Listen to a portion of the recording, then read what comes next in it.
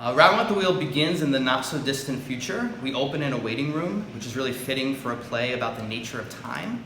We're not sure exactly where we are or what's happening, and then you realize on the other side of this ominous door are children. And they've taken control of the world. The problem is that they're stuck. They don't know how to move forward. So you have children in control, adults waiting around to see what direction the world is going to go in, but there's no forward movement. And so that creates the frustration in the central character, David. He's waiting, he has no sense of purpose, and the play sort of chronicles a day where something happens, where David and other characters begin to take action. Hi, my name is Frank Ceruzzi, and I'm the writer and producer of Round with the Wheel at the Broadway Bound Theatre Festival.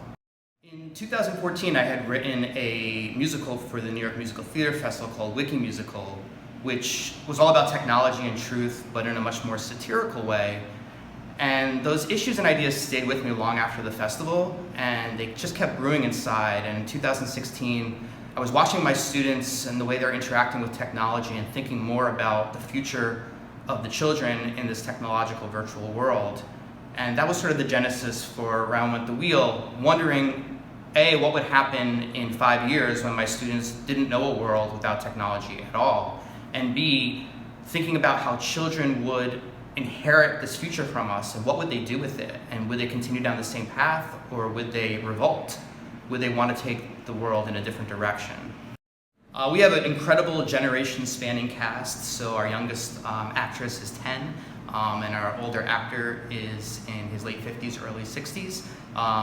They're a great team. After our first reading, they had so many questions about the world building in my play and wanted to know answers to questions that I didn't even know the answers to, and really got me to go back and think about some of the backstory of my play that doesn't necessarily need to come across to the audience, but definitely needs to be there for the actors for them to play the roles. I really hope people will leave the theater thinking more about their own relationship with technology, thinking about the world that they knew, perhaps as children, thinking about the things that make us human.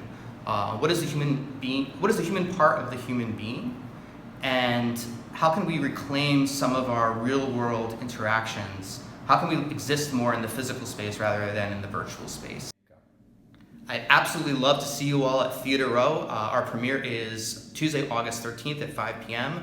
The tagline of the show is "The Future Begins Again," and I would love for you to come see how it begins again on our opening night.